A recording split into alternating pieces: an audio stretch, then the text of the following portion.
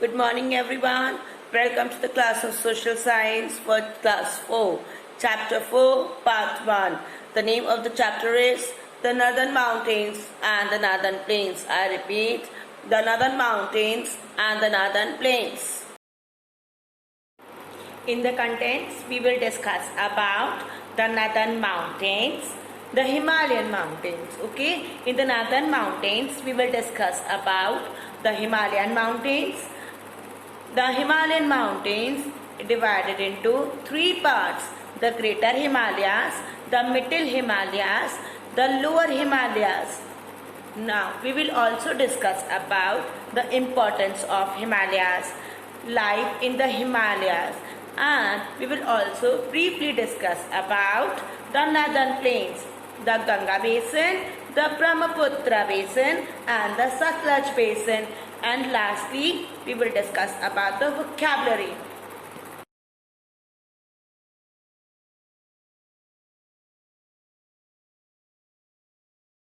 Now, before starting with the Himalaya ranges or the Northern Himalayas, I am going to discuss you about that actually what are mountains. Okay, what mountains are? The mountains are the areas of land that have risen high above the surrounding areas. Okay, mountains. Have you seen the mountains? It's very high. This is the level and the mountain is over here. It is risen high above the surrounding areas. Temperature falls with the increase in height. Therefore, mountainous regions have a cool climate. Okay, the temperature used to reduce over there. It's not so much cold. Okay, so much hot over there. Okay, the temperature reduces. That's why when you go to the mountain areas, it's a very cold atmosphere over there. In case of high mountains, peaks remain covered with snow around the year. Okay, same like here. As it's written here, you find it over there in the mountain ranges when you go to the Himalaya side. Okay, the very high peak over there, you are able to see the peaks have been covered with the snow. Okay, and almost the snow is covered throughout the whole year. Now let's discuss about that. What are the northern mountains? Okay, the northern boundary of the country is covered by mountains. They are known as northern mountains. What are northern mountains? The northern boundary of the country is covered by mountains. They are said to be the northern mountains. They include the Himalayas, the Karakoram and some hill ranges in the northeast. What they include? They include the Himalayas, Karakoram and some hill ranges in the northeast. You know the northeast? Northeast, this is the north, south, west and east. So at the northeast, it's over there, the Himalayas, Karakorams and some hill ranges. They are said to be the part of the northern mountains. They are said to be the part of northern mountains. Now look at this map. In this map, are you able to see the colorful area? These colorful areas are all the parts of the northern mountains. Okay. Now these northern mountains are starting from the Pakistan, Afghanistan, a small part of Afghanistan, from there till the Myanmar, covering all Bhutan, Nepal and some part of China also. India is also over there. Now these are the mountains which is covering as an as a barrier, as a boundary, okay, which is covering India from the and making it separate from other countries.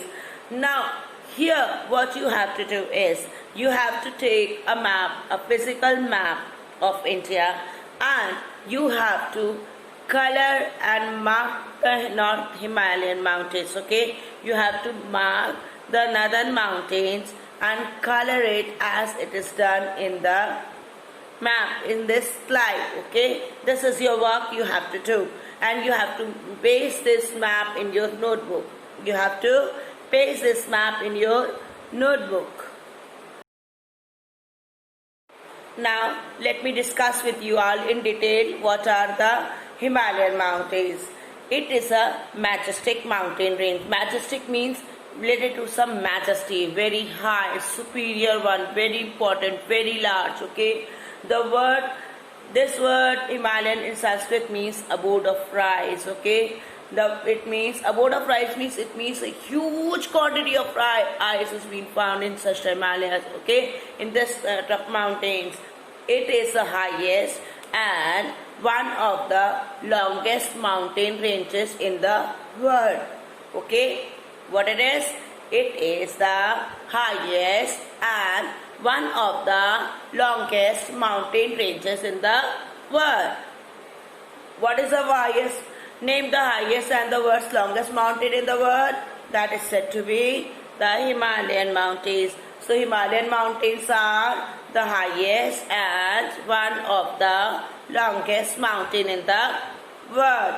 It extends for about 2,400 kilometers from east to west. Okay, it extends for about 2,400 kilometers from east to west, and its width varies from 400 kilometers in Kashmir to 150 kilometers in the northeast. Okay, so it extends from 2,400 kilometers from east to west, and its width varies from 400 kilometers from Jammu and Kashmir to 150 kilometers in the northeast.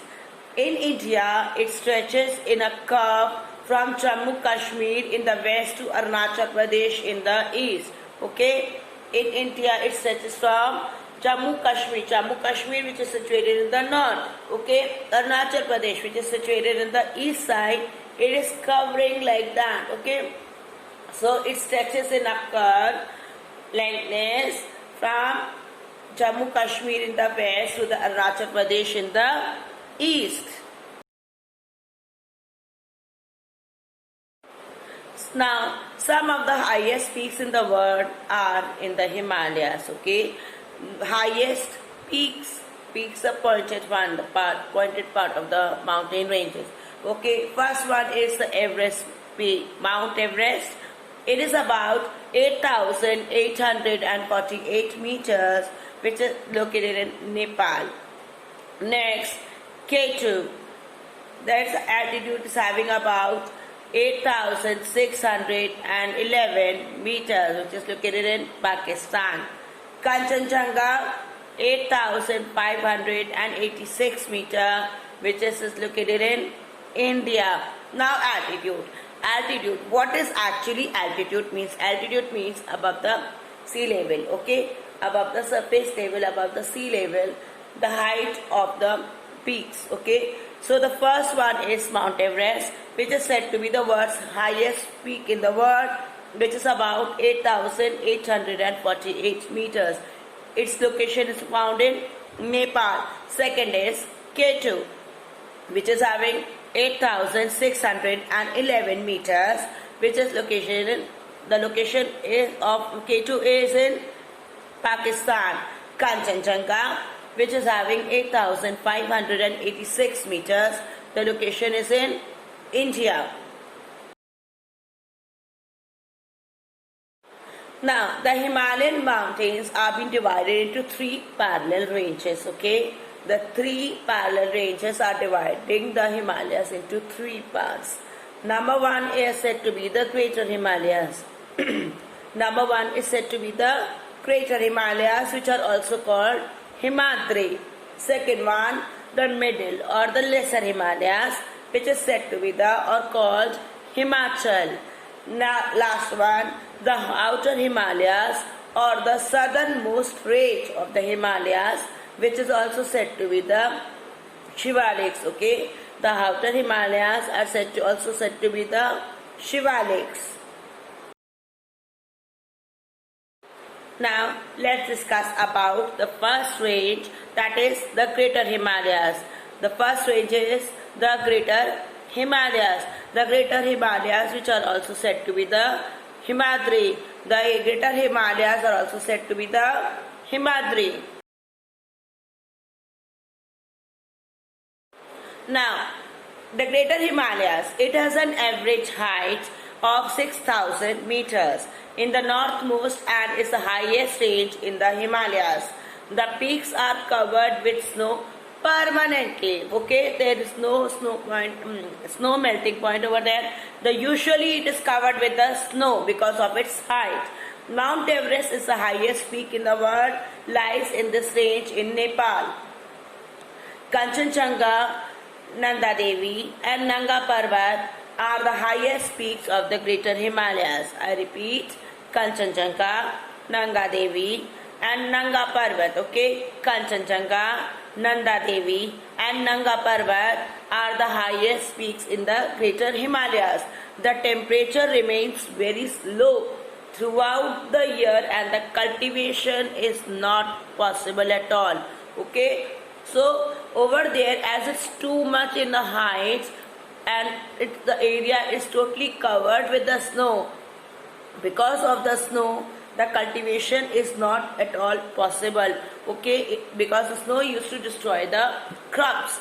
Now over there, as the temperature is very low, it's not good for the cultivation and the temperature is also low throughout the whole year.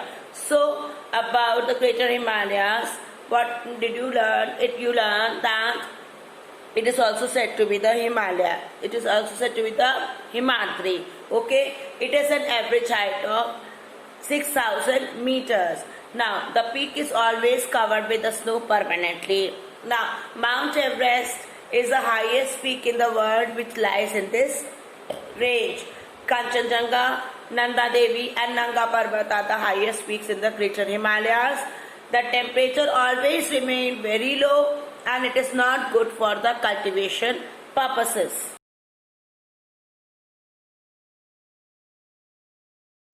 Next one is the Middle Himalayas. Okay, the Middle Himalayas, which are also said to be the Lower Himalayas. Okay, the Lower Himalayas or the Middle Himalayas, these are the Himalayas which lies between the Himadri and the Shivalik ranges. Okay, so Middle Himalayas are also called the Lesser Himalayas. Okay, the Lower Himalayas is very different from the Lesser Himalayas. It means there are the two ranges, the number 1 point and the number 3 point. Then in between these 2 points, the second number lies. Over there it is said to be the Middle Himalayas. Now, in the Middle Himalayas are also called the Himachal. Okay, it lies between the Himadri and the Shivalik ranges. Its average height is of 3,000 meters. Rohtang Pass is a high mountain pass in this range that connects the Kulu Valley with the Lohar and the Spiti valleys of Himachal Pradesh. Okay, Rohtang Pass. Rohtang Pass is a high mountain pass. It's an area covered which used to join these Kulu valleys with the Lahowal and Spiti valleys in the Himachal Pradesh. This range has cold winters and mild summer. Cold winters, it means very very cold, and mild summer means as the temperature is not so much in a moderate form, so it has a very little summer over there. Sometimes you feel hot, but usually you face the cold weather. The mountain slopes are covered by dense forest of pine, oak, deodar and fir trees. Okay, the mountain slopes are covered with the dense forest. It means the total area is being covered with these types of trees. What are these? Pine, oak, deodar and fir. The hill slopes are used for terrace farming. The hill slopes are used for the terrace farming. See students, the hills are always remain like this. Okay, over there they used to do the terrace farming. They used to make the land, okay, in form of a terrace. The stairs of your house, the stairs of your school, have you seen? This is called the terrace farming. Okay, they used to cut the land, okay, and they used to do the farming by which the water can be stopped and irrigation can be possible. Fruit orchards and tea plantation are present in this region. Okay, fruit orchard means the great gardens for the fruits, and tea plantation is also done over there. Many popular hill stations like Mussoorie, Shimla, Nainital and Darjeeling are located here. Many popular hill stations. Hill stations, usually when you go for your outstation, you go for your fun, entertainment, you for roaming about here and there. The Mussoorie, Shimla, Nainital and Darjeeling, they are the famous places, the hill stations of India, where usually the people go and spend their vacations. Okay, and it's really very pleasant one. I hope you all have joined there and you have all visited these places. So in the middle Himalayas, it is said to be the part between the Himadri and the Shivalik ranges. It average range height from the 3000 meters. Rohtang Pass is is a high peak mountain pass which joins the Kulu Valley with the Lowell and the Spiti valleys of this range. Okay, it has cold weather and mild summer. Okay, cold winters and mild summer. The mountain slopes are being covered with a dense forest of pine, deodar, oak and fir trees. Okay, the hills are being used for the terrace farming. Okay, fruit orchards and tea plantations are done in these regions, and many famous hill stations like Mussoorie, Darjeeling, Nainital, Shimla are located in this region. Now let's come for the lower Himalayas. Lower Himalayas, which is also said to be the Shivaliks, okay, which is also said to be the Shivaliks. It is said to be the outer Himalayas also, okay, and it is the lowest Himalayan range in the Himalayan part. Okay, the Himalayan mountains, the lowest part is said to be the lower Himalayas.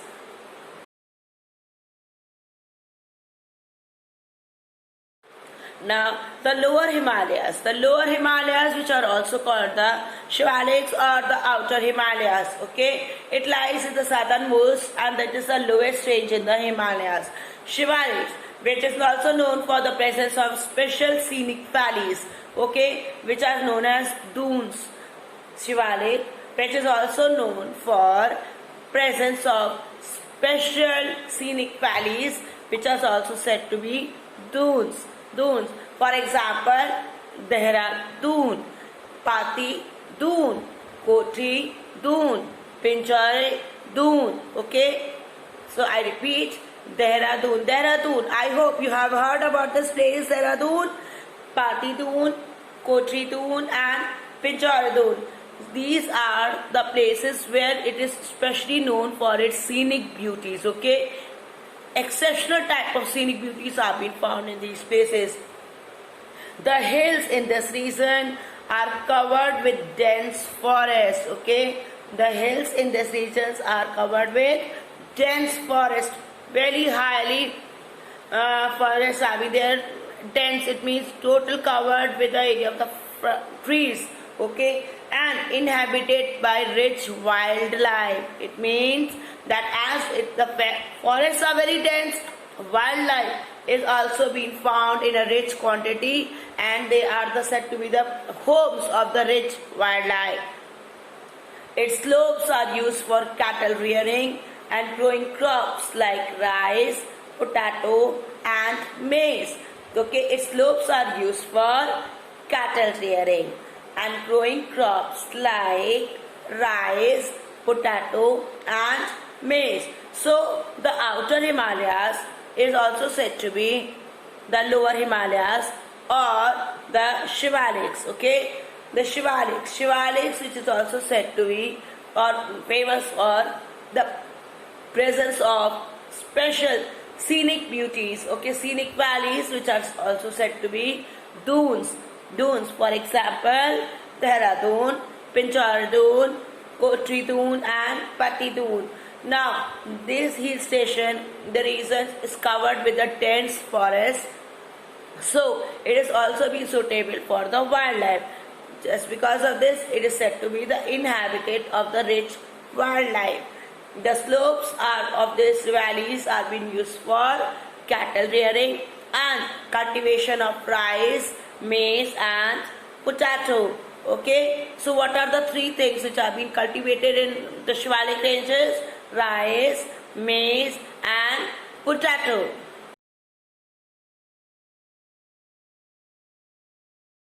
Now let me show you this chart.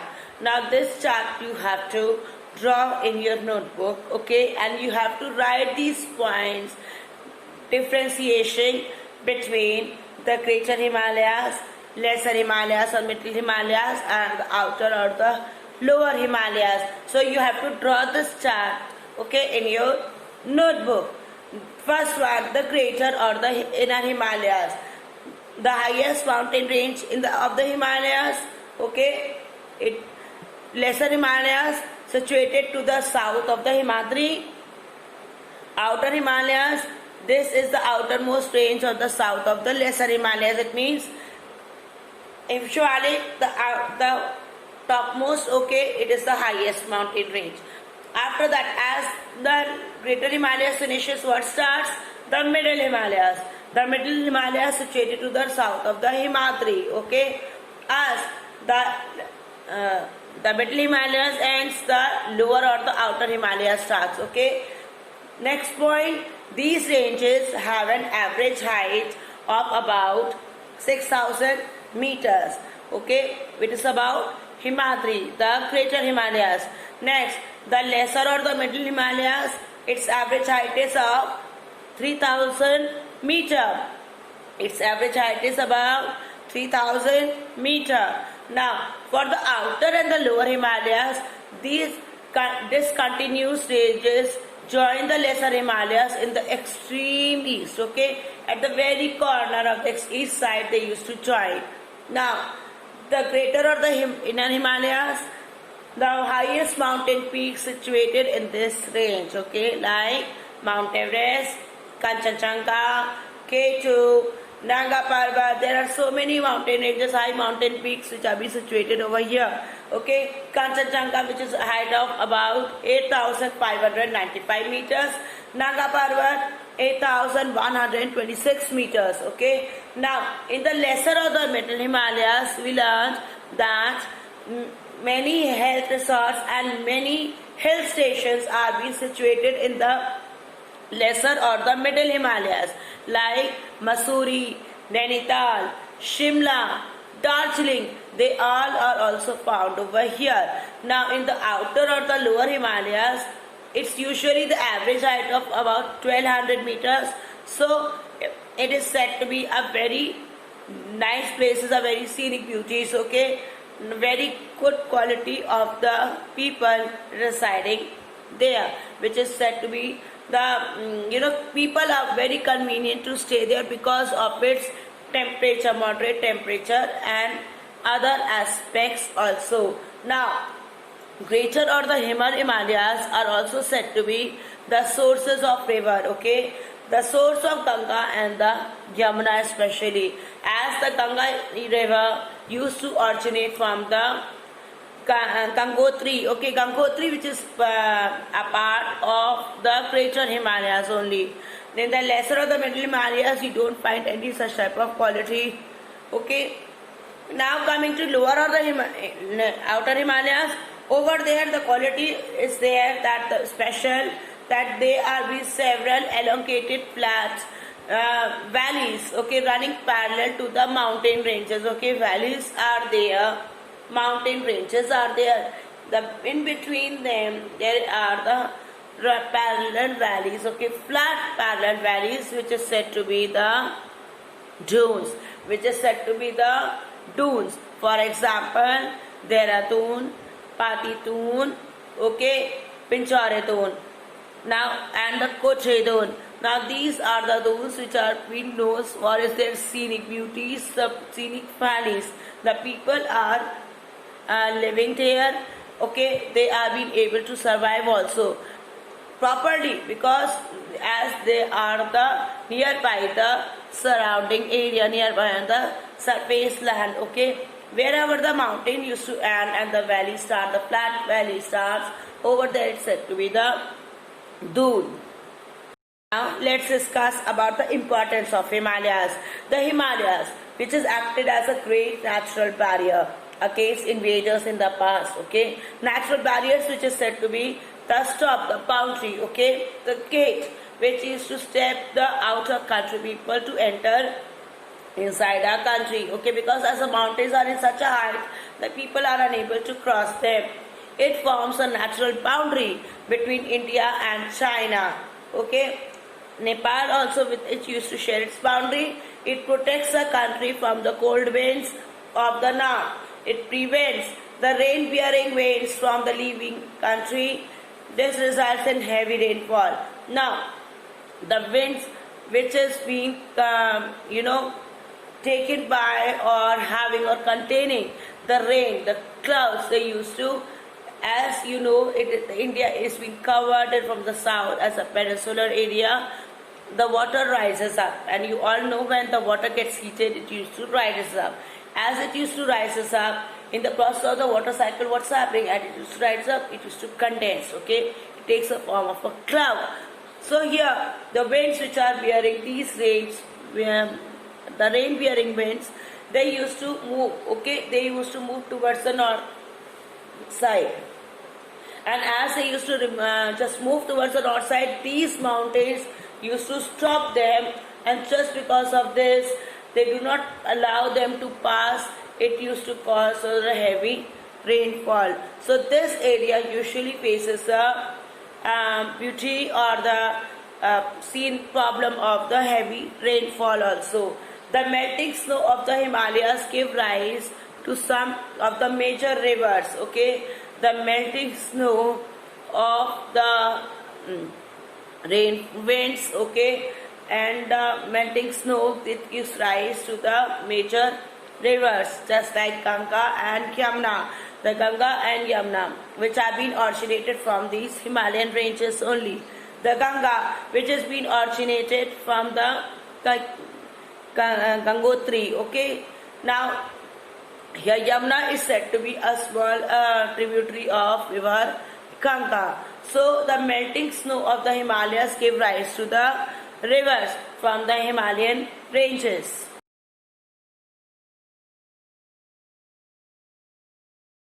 Continuing with the importance of Himalayas, the rivers in the Himalayas are also called as a perennial rivers because they have the water throughout the year, okay.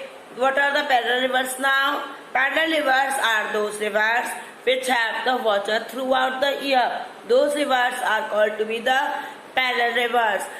Now, many valuable products like timber, resin, medicines, etc. are obtained from the forests in these mountain range.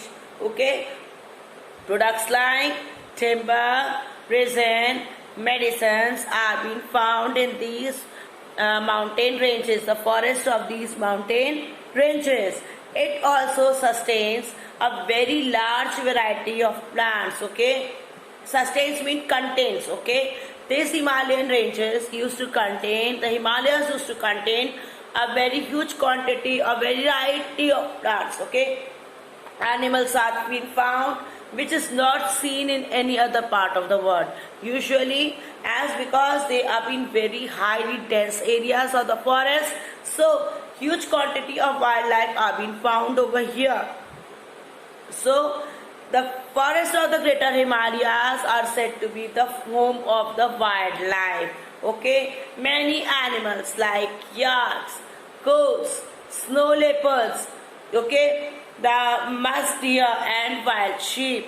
Okay, so what are the animals which are being found in the Himalayan ranges? Usually even rest other animals are there, but apart from this, they are the special categories of the animals which are being found in the Himalayan ranges. They are yaks, goats, snow leopards, musk deer and wild sheep. Okay, so the rivers in the Himalayan ranges are also said to be the perennial rivers.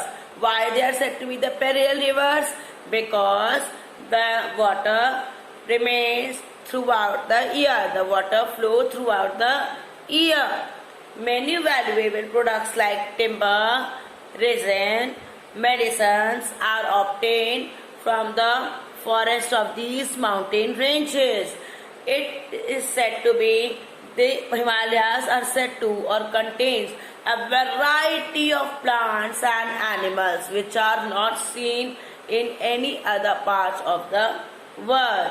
Okay, the forests of the Greater Himalayas are said to be the home of special animals like yak, snow leopards, goats, musk deer, and wild sheep. Life in the Himalayas. Life in the mountains is not easy. Many places do not have proper roads and connectivity to the outside of the world. Sheep rearing is practiced by the people in this region. Fruits and few crops are grown in this region and as a main livelihood. Now, life in the mountains is not easy. In the mountains, we are not able to live very easily. It's very hard to live there. Many places do not have proper roads. Have you seen a mountain? Now there are the places which is surrounding there. It's round and round and round. And if we want to go another place, from up we have to come down. Then we are able to go to other places. So it's not easy. So the roads are also not connected to each other. Sheep rearing is practiced by the people in this region. Sheep rearing, where the people used to keep sheep at their homes. They used to take out the milk, okay, and use the sheep skin for the making of the wool. Fruits and few crops are grown in this region as a means of livelihood. Means that only very few crops and fruits are grown in the Himalayan regions. Many people are part of cottage industry. Cottage industry, which is a very small sort of industry. Fruits like apple, orange, peach and palm are grown and sold here.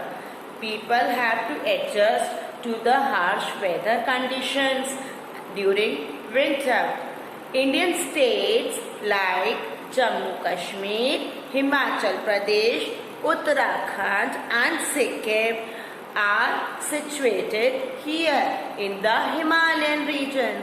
So what is the life in the Himalayas? In the Himalayas, it is not easy to live. Very few crops and fruits are grown here. Sheep rearing is the main occupation of the people. Okay, fruits like apple, orange, peach and palm are grown here and they are sold here. Sold means selling. Okay, people have to bear very harsh weather condition because it's too cold over there. Okay, especially in winter season. Indian states like Jammu Kashmir, Himachal Pradesh, Arunachal Pradesh, Uttarakhand, Sikkim, they all are situated in the Himalayan regions. Okay, so this is the life in the Himalayas. Now, are you able to see this map? In this map, the orange color shade, this color which have been highlighted over here, these are the northern plain. Okay, so these northern plains are been starting from the Rajasthan to the Assam and the Manipur district. Okay, states. Now it's all covering this areas of Uttar Pradesh, Bihar, West Bengal, Haryana, Punjab, Delhi, and so over all these places are being covered coming in the northern plains. Okay, now the work that you have to do is you have to take a physical map of India, and in that physical map of India you have to color the boundaries or show the highlight the northern plains, and you have to paste this map in your notebook. Okay, so what the work you have to do, you have to take a physical map of India. In that, as it is shown in this line, the northern plains, same like then you have to show the northern plains and you have to paste that map in your notebook. Now let me discuss in details that what actually the plain and the northern plains are. Plains. Plains are the large stretches of a flat land. Okay, the northern plains are also known as Indo-Gangetic Plain. I repeat, Indo-Gangetic Plain. Okay, the land of such areas are usually fertile and have a climate suitable for agriculture. They are suitable for large-scale farming. It is easy to construct building on plains. Okay, it's very easy to construct buildings on plain. They are suitable for the large scales of farming because of the plain land. Okay, and mostly because the land is very fertile and suitable for every sort of agriculture. Most industries develop along the banks of river because of the availability of water. Okay, as the land is also plain and there is a suitable availability of water, most of the industries used to develop alongside the banks of the rivers. Continuing with the discussion of the northern plains, this is the most largest and the most fertile land in the north. They are located to the south of the Himalayan range. Where they are located? They are located to the south of the Himalayan range. These plains extend 3,200 kilometers across east to west and 150 to 300 kilometers wide, spanning from Punjab in the west to the parts of the Assam in the east, covering the states like Haryana, Uttar Pradesh, Bihar, West Bengal and Delhi.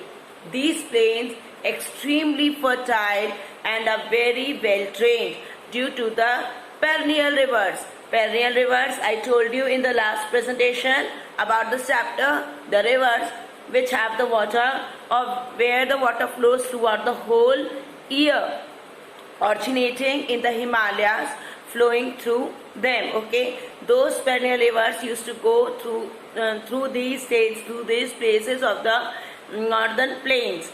The highly fertile alluvium is found here. The highly fertile alluvium is found here. Alluvium, which is very good. Okay, it's a very important mineral. So northern plains is the most largest and the most fertile land in the north. It is located to the south of the Himalayan range. Its plains extends to the 3,200 kilometers across east to west and 150 to 300 having the kilometer width from Punjab to the Assam. Okay, it's covering the states like Bihar, Uttar Pradesh, Haryana, West Bengal and Delhi. These plains are having the perennial rivers going through. Okay, these perennial rivers are the rivers which are having the water throughout the whole year, and they are being originating from the Himalayas. Okay, and the high fertile alluvium is also found here. Okay, it's also been found here. Now the fertile plains makes the agriculture very profitable because obviously the land will be fertile, they will be due to more cultivation, and as it will be more cultivation over there will be more supply, and as more supply it will be give a profit to the country. There are the three large river basins that form the northern plains. Okay, so the northern plains have been divided into three basins. Number one, the Ganga basin in the center, the Satluj basin in the west and the Brahmaputra basin in the east. So what are the three basins which have been found in the northern plains, or which are all together making the northern plains? They are the three basins. Number one, the Ganga basin in the center, the Satluj basin in the west and the Brahmaputra basin in the east. The first important basin that is said to be the Ganges basin. The Ganges basin which has been continuing or formating from the banks of the river Ganga. Okay, Ganga which has been originating from the Gangotri glacier in the Himalayas. Okay, so Ganga basin is said to be the very important basin because you all know that Ganga river is a holy river. Okay, it's of Hindus and it is a very pious river. It used to get a very cool water and it's also a river which is an inhabitant of several aquatic animals also. The Ganga Basin. The Ganga originates from the Gangotri Glacier in the Himalayas. It flows from the states of Uttarakhand, Uttar Pradesh, Bihar and West Bengal. Yamuna is its main tributary. Okay, River Ganga meets River Yamuna at Allahabad. This meeting point is known as Sangam. You all know Allahabad. Allahabad is a place in a city in Uttar Pradesh, okay, where the river Ganga used to meet river Yamuna. It is said to be the meeting point and is said to be as Sangam. Along with the river Brahmaputra, the Ganga forms the world's largest delta as Ganga Brahmaputra Delta. Okay, so Ganga Brahmaputra Delta is joining of the two rivers all together, river Ganga and river Brahmaputra. The dense Sundarban forest lies in this delta, which the natural habitat of the famous Royal Bengal tiger. The Royal Bengal tiger, which is said to be a very important form of a tiger or a species of a tiger. Okay, it's a natural habitat. Natural habitat over here means the particular own home. Okay, where it is being found. It is not found anywhere inside in the whole world. It is only found in the Sundarban forest. Okay, Sundarban forest which lies in the Ganga Brahmaputra Delta. Okay, so the Ganga originates from the Gangotri Glacier in the Himalayas. It flows from Bihar, Uttar Pradesh, West Bengal, Uttarakhand. Okay, Yamuna is its main tributary. River Yamuna meets river Ganga at Allahabad. This meeting point is said to be the Sangam. Okay, now along with the or joining with Brahmaputra, river Ganga forms the world's largest delta, which is said to be the Ganga Brahmaputra Delta, which is said to be the Ganga Brahmaputra Delta. Now the dense, that means so much congested and so much huge group, the trees and the wildlife are being related to there. The Sundarban forest, okay, Sundarban forest is in the Ganga Brahmaputra Delta, which is said to be the natural home, okay, the one and particular own home of the very important species of tiger, which is said to be the Royal Bengal tiger. Okay, Royal Bengal tiger is only found in the Sundarban forest. Now, high yields of rice, wheat, jute and sugarcane are produced here. Fishing, navigation. Navigation over here means from the ships we go from one place to another. Okay, hydroelectricity generation and industries like cotton textiles and sugar mills are supported by the river. Okay, by the river of the Ganga and Brahmaputra Delta, the Ganga Basin. Here usually it's a high yield, it's a high peak, a cultivated land for the growth of rice, wheat, jute and sugarcane. And over there the main occupation usually that people used to do is fishing, navigation, creating hydroelectricity, okay, creating electricity from the water, and industries like cotton textiles and sugar mills are situated here in the Ganga Brahmaputra Delta and also in the Ganga Basin. Delhi, Agra, Allahabad, Varanasi and Patna, they all are situated here, which provide employment opportunities to the people. Okay, what are the places? Delhi, Agra, Allahabad, Varanasi and Patna. These are the important places which are being located in the Ganga Basin. Now here these places used to provide a huge quantity of opportunities to the people. The floodplains are extensively used for rice, tea and jute farming. Okay, the floodplains over here, the plains which are having a huge quantity of water, they are being where the water can be stored for in a huge form. It's good for the rice also, it's good for the tea also, and it is also good for the jute farming. Okay, So especially these parts are being on the base of the Ganga Brahmaputra delta. In Assam, the floodplains form thick marshes, okay, with mining of petroleum, where the mining of the petroleum is done. Now in Assam, the floodplains forms the thick marshes where the mining of the petroleum is done, where the petroleum is being found from the underground. Now these marshes are also famous for one horn rhinoceros, okay, one horn, it's having only one horn on the nose, okay. These are being only found in the Assam, in the thick marshes of these floodplains, okay. Now the Ganga Brahmaputra delta is very useful for the cultivation of wheat, rice, jute and sugarcane, fishing, navigation, creating the hydroelectricity, okay, settling up the industries like cotton textiles, okay, sugar mills are being situated here. Delhi, Agra, Allahabad, Varanasi and Patna, these are the important places which give the good opportunity and huge quantity of employment to the people. The floodplains which are being very good for the cultivation of rice, tea and jute farming. In Assam, the floodplains form the thick marshes where the mining of the petroleum is done, okay, and these thick marshes are also famous for the one-horned rhinoceros, okay, these are also famous for the one-horned rhinoceros. Now, are you able to see this map? The second basin, the second important basin that is said to be the Brahmaputra basin. Okay, this Brahmaputra basin is being shown in this map.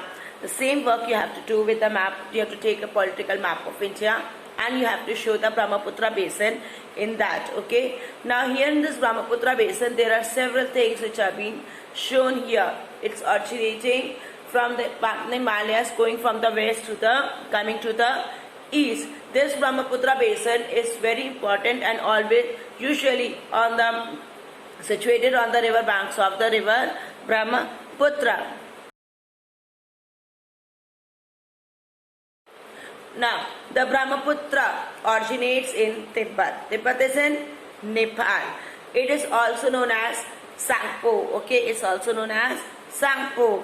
It enters India in Arunachal Pradesh and flows through Assam. Gradually, it flows southwards and enters Bangladesh. It empties into the Bay of Bengal. It joins the Ganga to form Ganga Brahmaputra delta. Now, usually students, Ganga is a very huge river and a deep river. Brahmaputra is same as huge and deep as river Ganga. So these two forms, and when the joins is formed as delta, okay, and it's a very good also. Now it enters India. The Brahmaputra enters in India from Arunachal Pradesh, okay, flows towards the Assam in the southwards and it enters Bangladesh.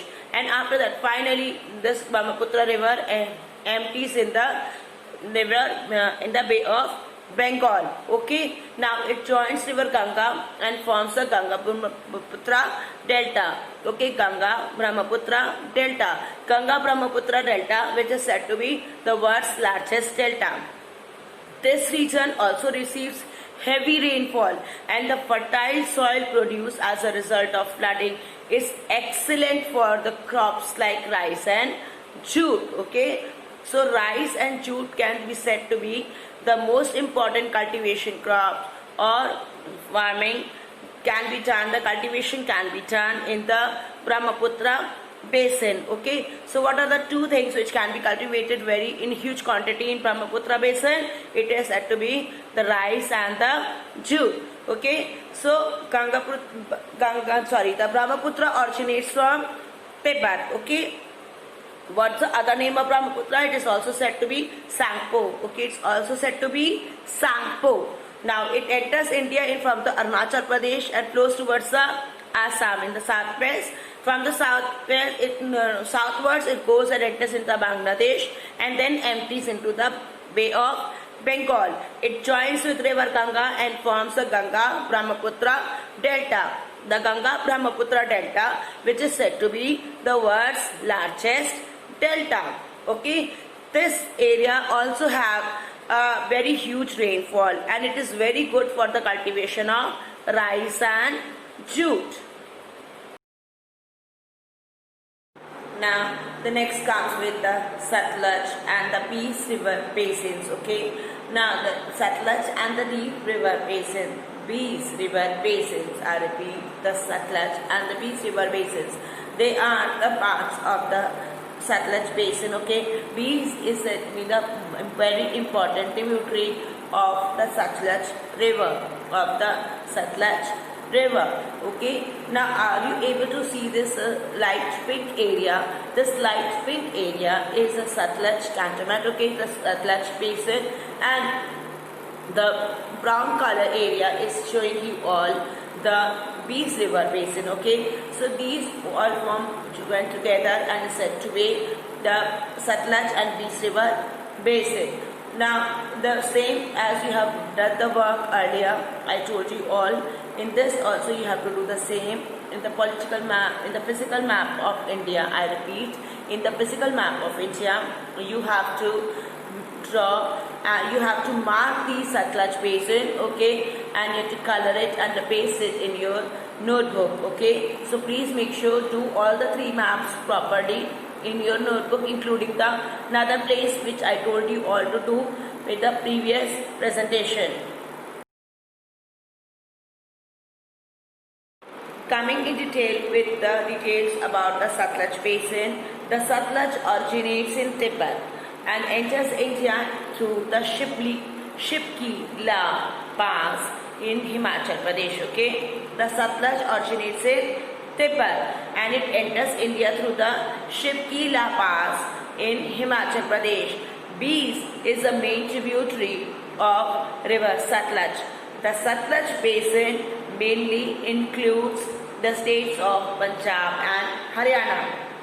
The Satluj basin mainly includes the states of Punjab and Haryana. The Bhakra Nagal Dam built on this river is used to provide electricity and water for irrigation. So the Bhakra Nagal Dam, which is among the most important dams of India, it's been situated or built on the river Satluj. Okay, and for what purpose it is used? It is used for generating electricity and also providing water for irrigation purpose. The main crops produced here are wheat, rice, cotton and sugarcane. So what are the main crops produced here in the Satluj basin? Wheat, rice, cotton and sugarcane. Now Amritsar, Jalandhar, Patiala, Ludhiana, they are some important towns situated along its course. Okay, along its course means on the river banks. Okay, nearby the river basin, the Satluj basin, these cities are being, or these towns are being situated. Okay, so the Satluj river which originates in Tibet enters India through the Shipki-La Pass in Himachal Pradesh. Okay, now Beas is said to be the main tributary of river Satluj, of the Satluj basin. The Satluj basin also mainly includes a part of Punjab and Haryana. The Bhakra Nagal Dam, which is among the most important dams of India, it is situated or built on this river only, which is being used for generating electricity and for irrigation purposes. The main crops produced here in the Satluj basin are wheat, rice, cotton and sugarcane. Amritsar, Jalandhar, Patiala and Ludhiana, they are some important towns situated along its course. Okay, along nearby this area. Got it? So this is a Satluj basin. So we have learned about the Ganga basin. Okay, we have also known about the Brahmaputra basin, and now we also got aware about the Satluj basin. So these are the three basins which are joining together, making or forming the Northern Plains. Okay, the Northern Plains, which is said to be the world's largest and the longest plain in the north. Now, here are some terms which I am going to discuss in form of a vocabulary, and you have to write these words in your notebook also. Okay, the first word is range. Range means a series of mountains.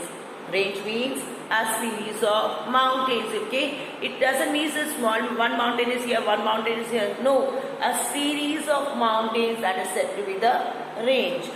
Alluvium, it means it's a mineral sand deposited by the rivers and floods. Okay. Tributary means a smaller river that joins a large one.